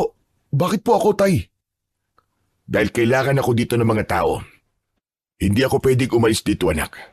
Dahil walang makikipaglaban sa mga aswang habang sinusundo mo si Fidel. Huwag ka mag-alala. Dahil sasabihin ko sa iyo kung papaano pumunta sa lugar kung nasan siya. Madali mo siyang mahanap doon. Dahil kilala siya ng mga tao roon. Pero tay, hindi ko naman po hayaan na mag-isa ka lang makipaglaban sa mga aswang. Nandito naman si Tonyo eh. Kahit paano ay matutulungan niya ako. Sige na, Joel, anak. Gawin mo na lang ang sinabi ko sa iyo. Si Fidel na lang ang tanging pag-asa natin. Siya ang may hawak ng anting-anting na makakatalo sa mga aswang dito sa ating isla. Hindi po ako sigurado, tay, kung kaya ko ba siyang kumbinsihin na pumunta rito. Dahil hindi naman niya ako kilala eh. Banggitin mo lang ang pangalan ko sa kanya. Sabihin mo na anak kita. Sigurado ko na sasama kagad yun sa'yo. Nakikiusap ako sa'yo, Joel, anak. Gawin mo na ang pinapagawa ko sa'yo. Ito na labang ang tanging paraan para matapos na ang problema natin sa mga aswang. Pero hindi pa rin po ako sigurado, Tay. Kung madadala ko ba rito si Fidel. Pero sige po. Pumapayag na po ako sa gusto niyong gawin ko. Baka ito na nga po talaga ang paraan para mawala na po mga aswang dito sa ating isla. Tay, kailan ko po pala pupuntahan si Fidel? Bukas ng umaga sana, anak. Nang sandaling yon, ay tuluyan na akong nakumbinsi ni tatay na si Fidel na lamang ang aming pag-asa. Kaya nang sumunod na araw, ay maaga akong nagising para gawin ang pinapagawa ni tatay sa akin. Sinabi niya sa akin kung paano ako makakapunta sa baryo kung saan naninirahan si Fidel. Tinandaan ko yon upang hindi ako maligaw. Inihatid ako ni tatay sa dalampasigan. Kasama namin si Tonyo at alam na rin niya ang gagawin ko. Huminto kami sa tabi ng bangka namin na gagamitin ko sa pag-alis sa isla. Aalis na po ako, Tay. Tonyo, tulungan mo si tatay sa pakikipaglaban sa mga aswang, ha. Huwag mo siyang iiwan at pababayaan, ha. Huwag ka mag-alala, Chong. Kahit natatakot ako, tutulungan ko pa rin si Mang Mario. Magtatapang-tapangan na lang ako. Mag-iingat ka, anak. Ipagdadasal ko na sana, pagbalik mo rito, kasama mo na si Fidel. Oo nga, Joel. Mag-iingat ka, ha. Mamimiss kita, Chong. Tignan mo tong taon to. Kung makapagsabi ka naman ng mamimiss mo ako'y para naman ako mag-a-abroad. Hindi ako matagal na mawawala kaya wag kang OA. Baka nga mamayang gabi nandito na ulit ako eh. Pero Chong, Tay, mag-iingat po kayo dito ha. Huwag mo kaming alalahanin. Kaya namin ang mga sarili namin. Sige na, umalis ka na para makabalik ka kagad dito. Pinagtulungan naming itulak ang bangka papunta sa dagat. Pagkasakay ko sa bangka, ay agad ko nang binaltak ang makina nun para umandar hanggang sa lumayo na sa aming isla. Nilingon ko si tatay at nakita ko na kumakaway sila sa akin hanggang sa gumanti naman ako ng kaway sa kanila. Isang malalim na paghinga ang pinakawalan ko at nagdasal ako sa Panginoong Diyos na sana ay hindi ako mabigo sa gagawin kong misyon. Makalipas ang ilang oras na pagbiyahe sa dagat, ay dumaong ang bangka ko sa isang malawak na dalampasigan. Mula roon ay naglakad ako at kinailangan ko pang sumakay ng tricycle na siyang nagatid sa akin sa baryo kung saan nakatira si Fidel. Luminga ako sa paligid at naghanap ako ng tao na maaari kong mapagtanungan. Ngunit inunahan ako ng aking pagiging mahiyain. Hanggang sa isang matandang lalaki ang nakita kong may tulak-tulak ng kariton na puno ng mga sako ng uling. Tila nahihirapan ang matanda. Kaya naman, lumapit na ako sa kanya. Tatang, tulungan ko na po kayo. Nako, maraming salamat. Abay, nahihirapan na talaga ako na magtulak nitong kariton. Ganito na nga yata kapag tumatanda na. Saan niyo po ba dadalhin to, tatang? Saan pa ba kundi sa bahay ko? Malapit lang naman yun dito. Sige ho, samahan ko na po kayo. Hindi nagtagal ay nakarating na kami sa bahay ng matandang lalaki na isang maliit na kubo. Humingi ako sa kanya ng isang baso ng tubig na agad naman niyang ibinigay. Siya nga pala. Ako si Pinok. Ikaw, anong pangalan mo? Joel po, tatang. Ngayon lang kita nakita rito sa lugar namin. Dayo ka rito, tama? Opo, meron po kasi akong hinahanap na tao rito eh. Abay, sino bang hinahanap mo? Sabihin mo ang pangalan at makakilala ko. Fidel po ang pangalan niya. Isa po siyang kilalang antingerong manunugi sa baryong to, kung di po ako nagkakamali. Bakit mo hinahanap ang apo ko? Ho? Apo niyo po si Fidel? Oo, lolo niya ako. Ako ang nagpalaki sa kanya simula nung namatay ang mga magulang niya. Pagkakataon nga naman, oo. Hindi ko po akalain na kayo pala ang lolo ng taong hinahanap ko. Kaya ka, ano bang kailangan mo sa apo ko at hinahanap mo siya? Pwede po bang kay Fidel ko na lang po sabihin kung anong kailangan ko sa kanya? Hindi kita dadalhin kung nasaan siya. Kung hindi mo sasabihin sa akin ang pakay mo sa apo ko. Sige na nga, sasabihin ko na. Tutal malalaman niyo rin naman ang sasabihin ko sa kanya kasi paniguradong sasabihin din niya to sa inyo. Anak po kasi ako ng taong nagbigay kay Fidel ng anting-anting na ginagamit niya po sa pakikipaglaban sa mga aswang. Ano ka mo? Anak ka ni Mario? Opo. Titigan niyo po ang mukha ko at makikita niyo po na magkamukha po kami. Sige ka. Abay, oo ka ano? Kawin ka nga ni Mario nung kabataan niya. Kay Inam naman. Sabi ko naman po sa inyo magkamukha kami ng tatay ko O anong kailangan mo kay Fidel at narito ka? Tatang Pido, kailangan po namin ng tulong niya. Sinasalakay po kasi ng mga aswang ang isla kung saan po kami nakatira. Pinapunta po ako dito ni tatay para hingin po ang tulong ni Fidel. Gusto ko po makausap si Fidel para sabihin sa kanya na baka pwede siyang sumama sa akin pabalik po sa isla namin para labanan niya po yung mga nambibiktimang aswang sa isla namin. Ikinalulungkot ko ang nangyayari ngayon sa inyong isla. Ngayong sinabi ko na po ang pakay ko kay Fidel, ay baka pwedeng dalhin niyo na po ako sa kanya. Talagang nagmamadali lang po ako O sige, sumunod ka sa akin. At dadaling kita sa kinaroroonan ni Fidel.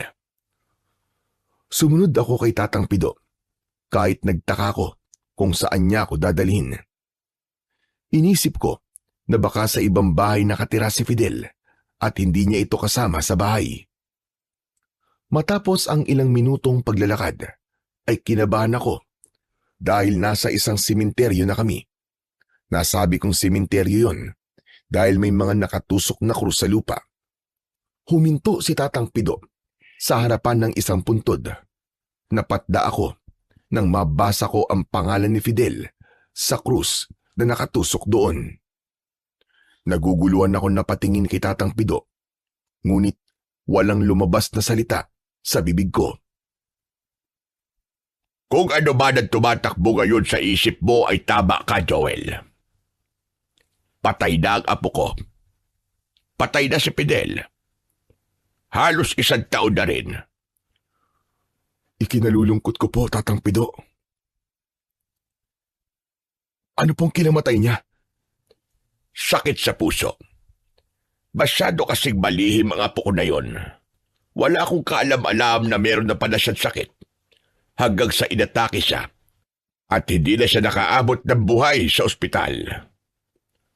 Nakikiramay po ako, Tatang Pido. Sigurado po malulungkot si tatay sa ibabalita ko po sa kanya pagbalik ko sa isla. At pasensya ka na kung hindi na kayo matutulungan ni Fidel ngayon.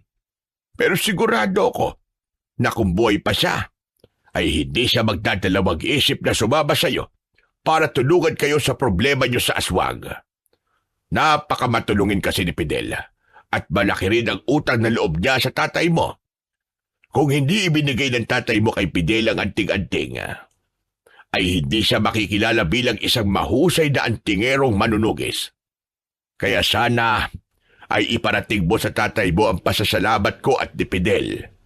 Huwag mong kakalimutan ang paghingi ko ng tawad dahil hindi kayo matutulungan ng apo ko. Wala po kayong dapat na ihingi ng tawad, Tatang. At naniniwala po ako na kung buhay po si Fidel, ay sasama siya sa akin para tulungan kami laban sa mga aswang. Matapos yun, ay bumalik na kami ni Tatang Pido sa bahay niya. Malungkot ako, hindi lang dahil hindi kami matutulungan ni Fidel, kundi maging sa katotohanan, napatay na pala siya. O ano, Joel? Ano na pala ang plano mo ngayon? Wala po ako magagawa. Uuwi na po ako sa amin. Kailangan po malaman kagad ni tatay na wala na pala si Fidel para makapag-isip po kami ng panibagong plano. Maraming salamat po, Tatang Pido. Aalis na po ako. Teka, sandali lang. Meron akong ibibigay sa iyo. Ano po yun, Tatang Pido? Basta, hintayin mo ko rito at may kukunin lamang ako sa loob. Huwag kang aalis. Nagmamadaling pumasok sa bahay niya si Tatang Pido. Nagtaka naman ako kung ano ang ibibigay niya sa akin. Hindi nagtagal ay binalikan niya ako at inabot niya sa akin ang isang kwintas na may palawit na hugis triangulo. Nang kunin ko yun, ay pinagmasdan ko ng mabuti ang palawit. Meron doong mga simbolong nakaukit na hindi ko mawarian kung ano ang ibig sabihin. Hanggang sa isang bagay ang biglang pumasok sa isip ko at hindi makapaniwalang napatingin ako kay Tatang Pido. Tatang, ito po ba ang anting-anting na ibinigay noon ni tatay kay Fidel? Tama ka. Yan nga ang anting-anting na yon. Nang namatay si Fidel, ay itinago ko yan dahil malakas ang pakiramdam ko na nangangailangan niya ng panibagong tagapangalaga. Kung hindi man ay maaaring bumalik yan sa dating nagmamay-ari sa kanya. At yun ay ang iyong ama. Dahil namatay na si Fidel, ibig sabihin ay si Mario na uli ang kinikilala niyang tagapangalaga. Kung ganun, kailangan ko po itong bigay kay tatay sa lalong madaling panahon para magamit niya na po ito sa pakikipaglaban sa mga aswang. Tama ka, Joel. Ang tatay mo na ang magmamay-ari niyan ulit. Mabuti na lang at hindi ko yan isinama sa libingan ni Fidel. Maraming salamat po sa inyo, Tatang. Panigurado po matutuwa si tatay nito. Pero kailangan ko na po talagang bumalik sa aming isla bago pa gumabi. Magpapaalam na po ako. Salamat po uli. Walang problema. Mag-iingat ka. Ipagdadasal ko ang iyong tagumpay laban sa mga aswang. At pakisabi kay tatay mo na kung may oras naman siya ay baka pwedeng dumalaw siya rito. Hanggang ngayon kasi ay hindi pa rin siya nakakalimutan ng mga tao rito dahil sa kabayanihang ipinamalas niya noon. Matutuwa kami na muli siyang makita rito. Sige po, makakarating po kay tatay yan, Tatang Pido. Pagkatapos nun, ay umalis na ako sa baryong yon. Nakakalungkot man na wala na si Fidel at hindi niya na kami matutulungan, ay masaya pa rin ako dahil hawak ko na ang anting-anting ng tatay ko. Hindi ako makapaniwala na nasa kamay ko yun at kahit hindi ko yun suot, ay ramdam ko ang taglay nitong kapangyarihan. Pagkasakay ko sa aking bangka, ay agad akong pumalaot pabalik sa aming isla. Makalipas ang ilang oras, ay nakabalik na ako sa isla at ng oras na yon ay kalat na ang dilim sa paligid. Nagmamadali akong naglakad papunta sa bahay at nang makarating na ako ron, ay sinalubong ako ni tatay. Naroon din si Tonyo. Salamat sa Diyos at nakabalik ka na, anak. O ano? Kasama mo na ba si Fidel? Nasaan siya? Nasa labas ba siya? Tay, may masama pong balita eh. Teka, anong ibig mo sabihin? Hindi ba pumayag si Fidel na tulungan tayo? Ang walang yan yun. Matapos kong ipagkaloob sa kanyang anting-anting ko, ay ganito pang igaganti niya sa akin. Wala siyang utang na loob. Tay, hindi po, uminahon kayo, tay. Huwag po kayo magsalita ng ganyan kay Fidel. Opo, tay, hindi niya po tayo matutulungan sa pakikipaglaban sa mga aswang. Kasi wala na po siya. Paano wala na siya? Patay na po si Fidel, tay. Natigilan si tatay sa sinabi ko. Hindi mo na siya nakapagsalita ng ilang segundo at naramdaman ko ang pagbalot ng lungkot sa kanya. Maluwa-luwa ang mga matang napailing siya. Ang nakausap ko po dun, tay, ay ang lolo ni Fidel, si Tatang Pido. Siya po nagsabi sa akin na halos 1 taon na pong patay si Fidel dahil po sa sakit sa puso. Inilihim daw po ang sakit eh. Nung inatake po, hindi na po umabot sa ospital. Diyos ko, ano bang nasabi ko? Patawarin mo ko, Fidel, sa mga nasabi ko sa'yo. Nakakalungkot na wala na pala siya. Napakabata pa niya at marami pa sana siyang matutulungan dahil sa kanyang kakayahan. Sumalagit daw ang kanyang kaluluwa. Paano to? Paano po kung wala na si Fidel? Paano na po natin lalabanan ng mga aswang? Tayong tatlo na lang po ba lalaban sa kanila? Ganun na nga, Tonyo. Wala na tayong maaasahan kundi ang isa't isa. Pero tay, ibinigay po sa akin ni Tatang Pido ang anting-anting ninyo. Ang sabi po niya dahil patay na si Fidel, ay ikaw na daw po ulit ang tagapangalaga nito. Mula sa bulsa ng aking pantalon, ay inilabas ko ang anting-anting. Nanlaki ang mga mata ni tatay nang nakita niya yon. Tila hindi siya makapaniwala nang nakita niya ang kanyang anting-anting hanggang sa kinuha yon ni tatay. Diyos ko. Ito na nga yun. Ito ang aking anting-anting. Opo tay, magagamit niyo na po ulit yan. Ibig sabihin ay wala na pong laban ng mga aswang sa inyo at mauubos niyo na po sila. Tama ka, anak. Mabuti na lang talaga at ibinigay sa ito ni Tatang Pido. Hindi ako makapaniwala na makalipas ang napakahabang panahon ay muli ito mababalik sa akin at muli kong magagamit. Nang sandaling yon, ay nakakita ako ng konting pag-asa na matatapos na ang kaguluhan sa aming baryo dahil hawak na ni tatay ang anting-anting niya. Mas naging malakas ang loob ko at naniniwala ako na si tatay ang tatapos sa mga aswang na nanggagambala sa aming isla. Sa gabing yun, ay magkakasama kaming lumabas ni tatay at Tonyo. Muli kaming nagbantay at naglakad-lakad upang masigurong walang aswang ang makakapambiktima. Tay, sa palagay po ninyo, 10 kaya naglulungga ang mga aswang dito? Panigurado kasi na nagtatago lamang sila sa kung saan.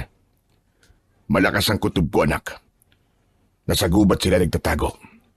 Doon lang naman walang mga tao Kaya doon sila magtatayo ng kanilang kuta. Kaya doon tayo pupunta. At uubusin natin sila ngayong gabi. Kaya humanda kayo. Nagtungo kami sa gubat. Ginalugad namin yun hanggang sa nakita namin ang mga aswang na lumalabas sa isang kuweba.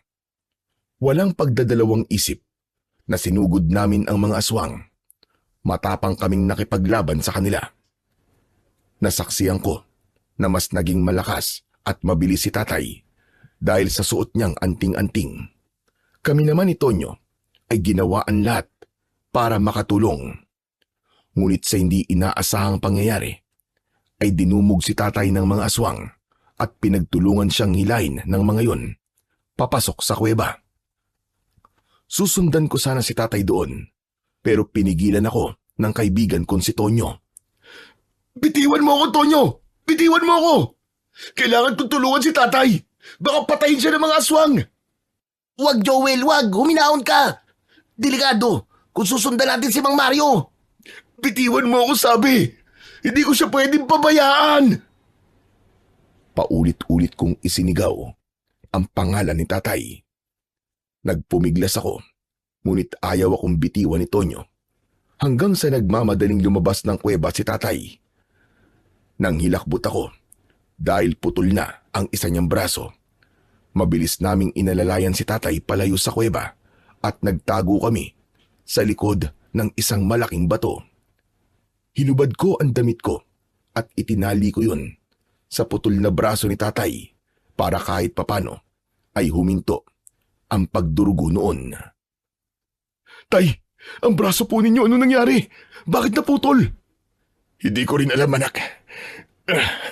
Pinagtulungan ako ng mga aswang sa loob ng kuweba. Diyos ko, napakarami nila. Mabuti na lang. At hindi nila ako nagawang mapatay. At nakatakas pa ako.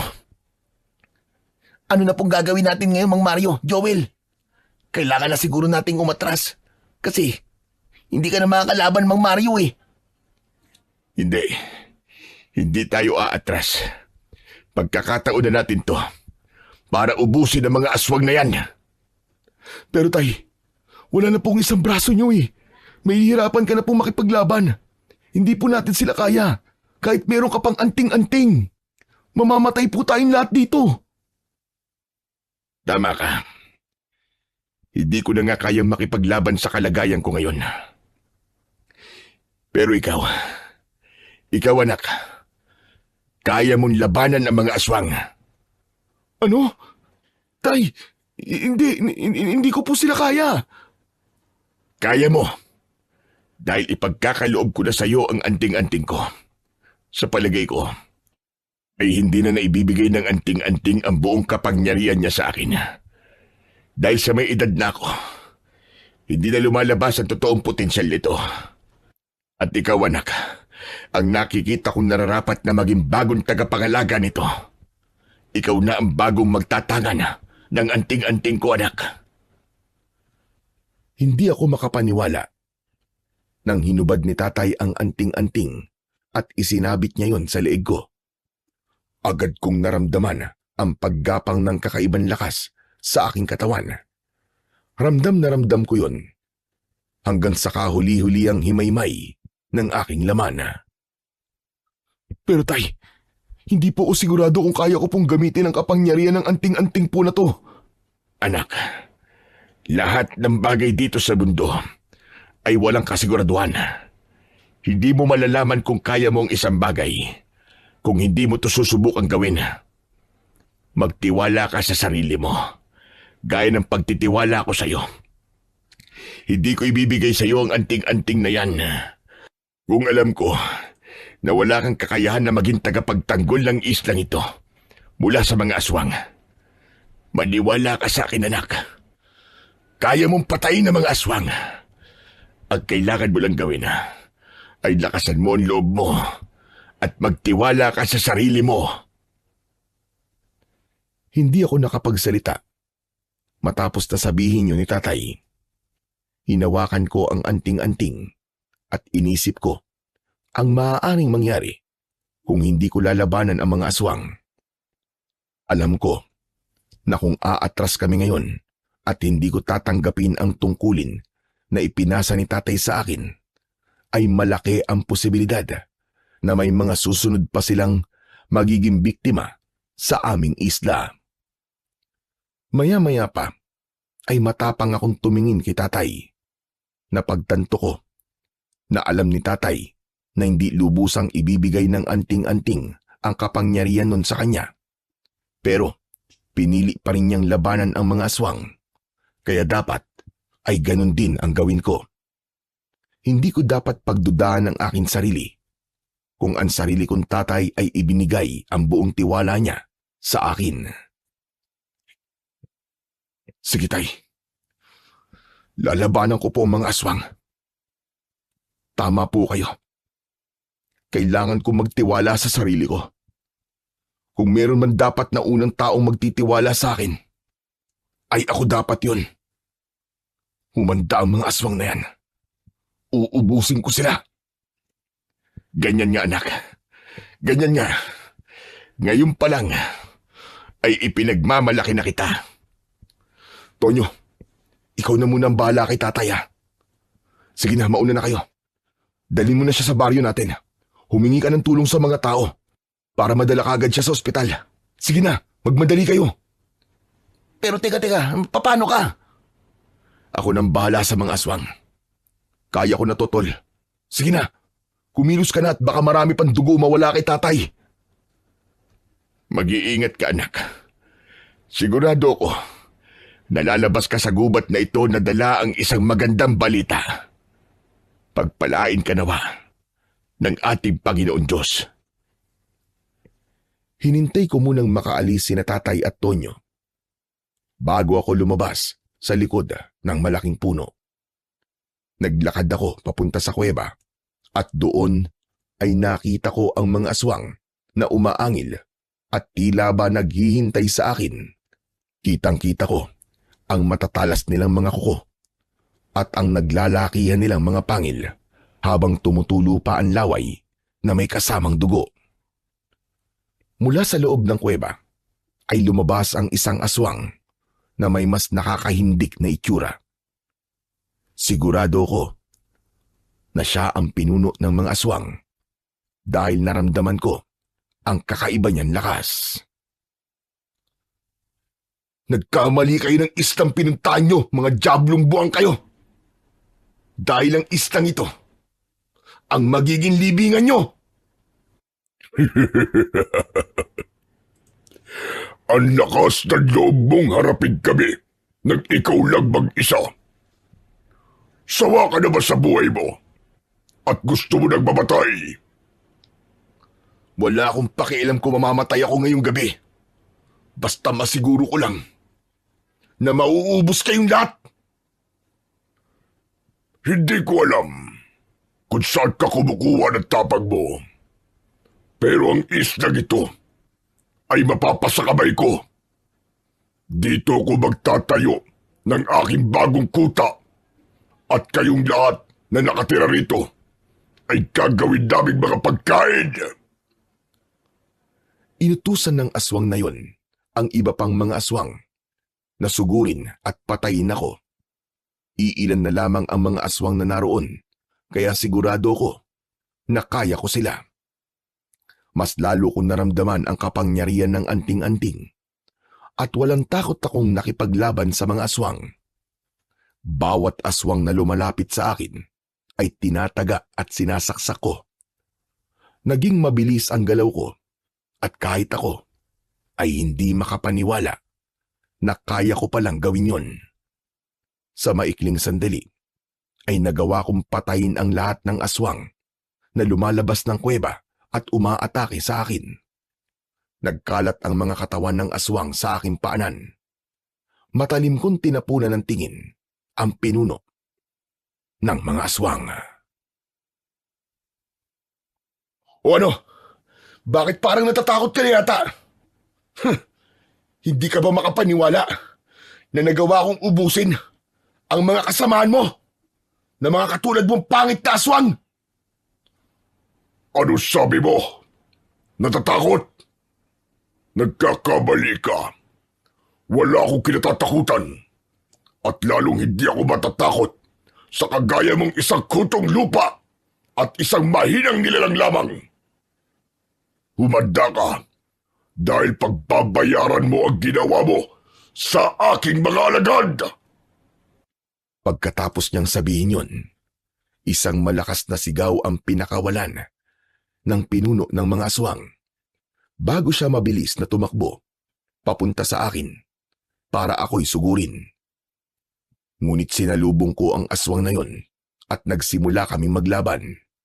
Ang aking itak kontra sa kanyang pangil at matatalas na kuko. Ramdam ko ang matindi niyang galit at ang pagnanais niyang patayin ako. Kaya mas lalo kong ipinakita sa kanya na hindi siya magtatagumpay sa gusto niyang mangyari. Sa isang mabilis na galaw, nagawa kong saksakin sa tiyan ang aswang. Hanggang sa malakas niya akong itinulak, kaya napaatras ako ng ilang hakbang. Sumugod ako, ngunit biglang nawala ang aswang sa kanyang kinatatayuan. Nagulat na lamang ako nang bigla siyang sumulpot sa aking kaliwa. Isinangga ko naman ang braso ko nang kakalmutin niya ako. Gumuhit sa balat ko ang matutulis na kuko ng pinuno ng mga aswang.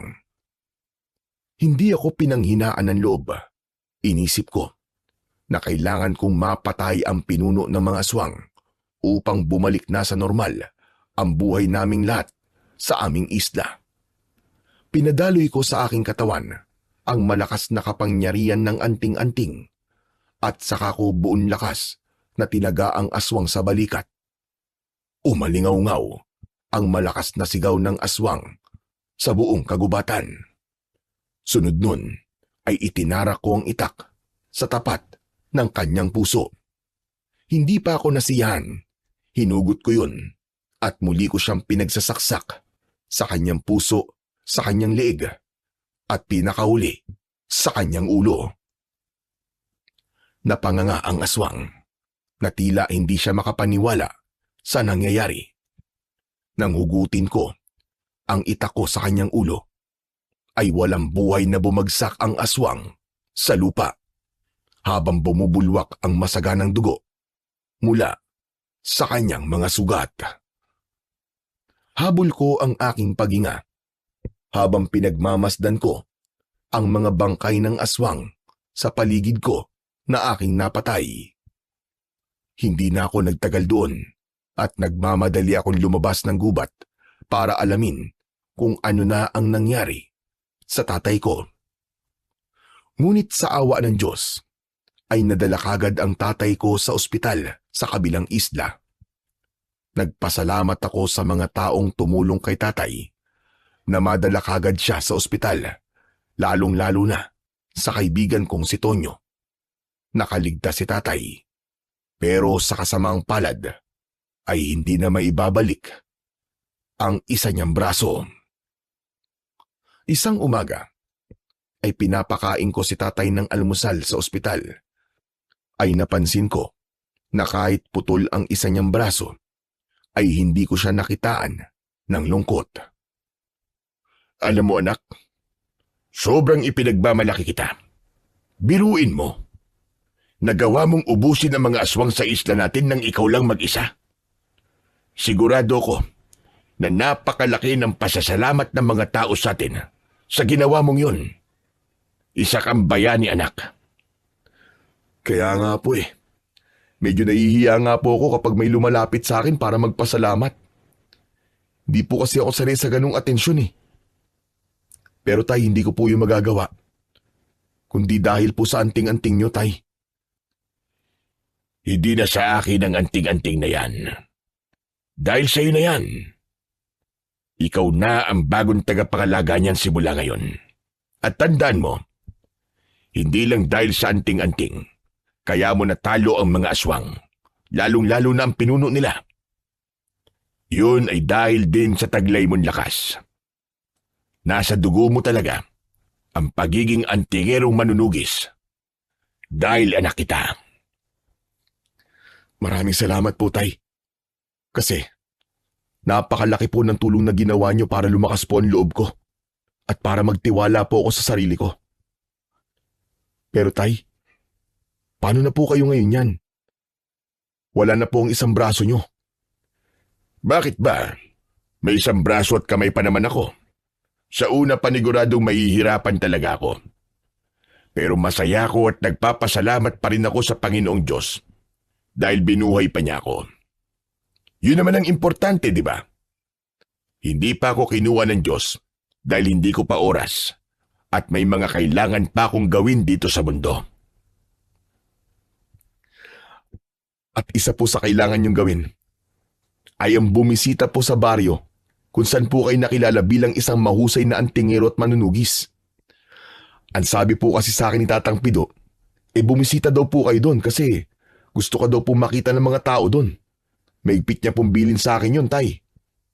Oo nga pala, no. Napakatagal ng panahon pala nung huling beses ako nakapunta ron. Hayaan mo, kapag nakalabas na ako rito sa ospital at nakabawi na ako ng lakas, ay pupunta tayo ron. Sige po. Basta nandito lang po ako, tay, para alagaan ka. Tay, hindi po ako mawawala sa tabi nyo hanggang may lakas ako. Maraming salamat, anak. Napakaswerte ko dahil nagkaroon ako ng anak na kagaya mo. Naalala ko nga pala, saan pala tayo kukuha ng pambayad dito sa ospital? Wala naman tayong pera. Naku, malaking problema to. Huwag niyo na pong isipin yun, tay. Nag-ambag-ambagan po mga tao sa isla para pambayad po dito sa ospital. Sa kami makukuha rin po tayong pinansyal na tulong mula sa lokal na pamahalaan. Kaya wala na po kayong ibang dapat isipin, kundi ang magpagaling at magpalakas. Isang matamis na ngiti ang pinakawalan ni tatay sa naging pag-uusap namin na yon. At mas lalo kong humanga sa pagiging matatag ng tatay ko dahil kahit nawalan siya ng isang braso, ay positibo pa rin ang pananaw niya sa buhay. Makalipas ang ilang araw, ay nakalabas na ng ospital ang tatay ko. Araw-araw ko siyang inaalagaan at ako ang palaging nagpapaalala sa kanya sa pag-inom ng kanyang mga gamot. hanggang sa unti-unti niyang nabawi ang kanyang lakas. Mula noon ay naging maayos na ang buhay namin sa isla. Pero kung meron akong labis na ikinatuwa, yun ay ang naging inspirasyon ako sa iba na matutong lumaban para sa kapakanan ng mas nakararami. Isang araw, binisita namin ni tatay ang baryo ni Tatang Pido. Tuwang-tuwa ang mga tao nang nakita nila ang tatay ko at kitang-kita ko kung gaano kasaya si tatay na nakabalik siya sa lugar kung saan siya ipinanganak, kahit sandali lang. At dahil sa aming pinagdaanan, ay naintindihan ko na kailangan ko talagang magtiwala sa sarili ko. Hindi na ako nagduda sa kakayahan ko. At kung sakaling muling may mga aswang na manggugulo sa aming isla, ay sigurado na ako na kaya ko na silang labanan upang mapanatili ang kapayapaan at katahimikan sa aming maliit na isla. Hanggang dito na lamang po ang aking kwento. At sana may natutunan po kayo na magandang aral. Sa kwentong ating napakinggan, pinatutunayan lamang na sa huli, ang tunay na lakas ng isang mandirigma sa pisikal man o espiritual na laban ay nagmumula sa matibay na tiwala sa sarili na inaalalayan at pinapatatag ng pananampalataya sa Diyos. Kapag buo ang iyong loob, hindi ka madaling matitinag ng takot. Alinman sa mga pagsubok o sa mga aninong nagbabadyang sumira sa kapayapaan ng inyong baryo. Ngunit higit pa rito, ang tiwalang ito ay hindi nagmumula lamang sa sariling kakayahan, kundi sa pananalig na may gumagabay at nagbabantay sa atin. Tulad na lamang ng nasusulat sa Pilipos 4:13. Lahat ng bagay ay aking magagawa dahil sa lakas ng kalooban sa akin ni Kristo. Sa talatang ito, malinaw na ang lakas na kailangan natin upang mapagtagumpayan ang anumang dilim ay nagmumula sa Kanya. Isang lakas na hindi matutumbasan ng anumang anting-anting, bertud, mutya, o mga medalyon o kapangyarihang makamundo. Kaya, ang taong may tiwala sa sarili at may matibay na pananampalataya ay nagiging ilaw sa gitna ng kadiliman, sandigan ng kanyang kapwa, at tagapagtanggol ng katahimikan ng kanyang pamayanan. At sa panghuling mensahe, kaya saan ka man dalhin ng laban ng buhay, sa gitna man ng unos, sa harap ng matitinding pagsubok, o sa mga sandaling tila nilalamon ka ng kadiliman, huwag mong kalilimutan ang dalawang sandatang hindi kailanman kukupas, ang tiwala sa sarili at ang pananampalataya sa Diyos. Hawakan mo ang mga ito ng buong higpit, sapagkat dito nagmumula ang tunay mong lakas.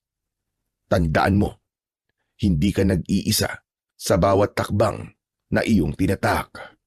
May liwanag na patuloy na gumagabay sa iyo at may kapangyarihang higit sa lahat na handang umalalay sa iyo sa bawat laban.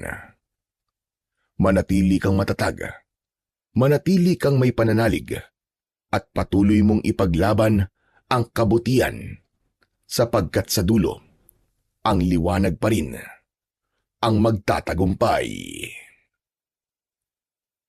Maraming salamat po sa walang sawa niyong pakikinig at pagsuporta sa aking mga YouTube channel na The Voice Addict at mga kwento ni Apong Isaac. Huwag niyo rin pong kalimutan na mag-subscribe, mag-like, mag-comment at i-share ang aking mga upload. Napakalaking tulong po nito sa aking channel para sa mas marami pa pong makapigilininga na mga kwentong aswang at katatakutan mula sa mundo ng kababalaghan. Hanggang sa muli po, at pagpalain kayong lahat ng ating dakilang Diyos na siyang hari at tagapagligtas ng ating sanlibutan.